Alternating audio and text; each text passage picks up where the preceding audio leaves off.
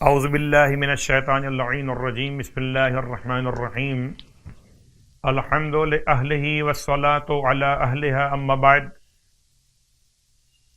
ماہ شعبان المعظم کے اعمال اور فضائل کا بیان برکتوں اور رحمتوں کی دعاؤں کے ساتھ اس ماہ مبارک میں مشترکہ اعمال میں مناجات کے نام سے مناجات شعبانیہ اور صلوات کے نام سے صلوات شعبانیہ۔ مناجات شعبانیہ مولائے کائنات علیہ الصلاۃ والسلام کی مناجات، جسے آپ تلاوت فرمایا کرتے تھے، اور صلوات شعبانیہ امام سید سجاد علیہ الصلاۃ والسلام سے روایت شدہ ایک طولانی صلوات، ورنہ مختصر مناجات اور مختصر صلوات ماہ شعبان میں اعمال مشترکہ کے طور پر اللہم صلی علی محمد وآل محمد وعجل فرجہم، جتنا ممکن ہو ماہ شعبان میں زیادہ سے زیادہ درود کی تلاوت کیجیے، اور مناجات مختصر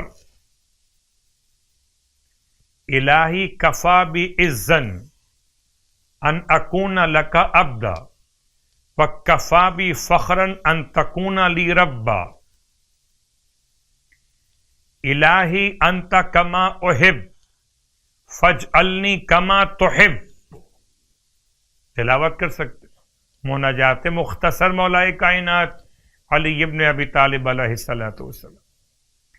ماہ شعبان کے مشترکہ اعمال میں اللہ کے حبیب کے فرمان کے عین مطابق کہ جو شخص ماہ شعبان میں 8 روزے مکمل کرے گا تو دنیا سے پیاسا نہیں جائے گا۔ اللہ اکبر! پیاس کیا ہے، اس کی تکلیف کیا ہوتی ہے؟ ماہ شعبان کے 8 روزے انسان کو اس سے بچانے کے لیے، اور اس سے پاک حوض سے سیراب کیا جائے گا۔ ایک پیاسا نہ ہونا اور ایک سیراب ہو جانا، یہ دونوں نصیب میں ہیں انشاءاللہ اہل ایمان کے لیے۔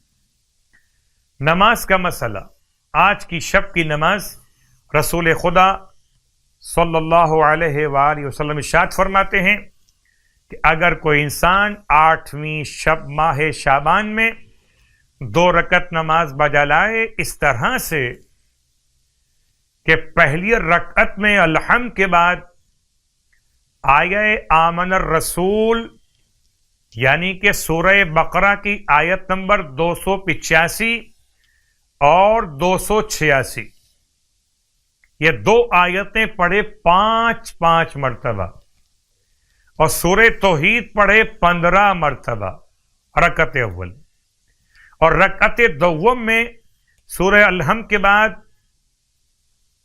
یہ پڑھے سورہ کہف کی آخری آیت قل انما انا بشر مثلکم یوحی الی الی آخر الآیت، یہ پڑھے 1 مرتبہ، اور 15 مرتبہ پڑھے سورہ اخلاص، اور پھر نماز مکمل کر۔ تو پروردگار عالم اس کے اتنے گناہوں کو جو دریا کی جھاگ سے بھی زیادہ ہوں بخش دے گا۔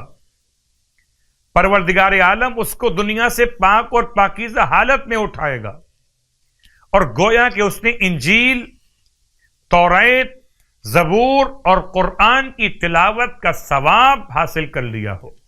خدا ہم سب کو اس نماز کی اور ماہ مبارک شعبان کے روزوں کی توفیق عطا فرمائے۔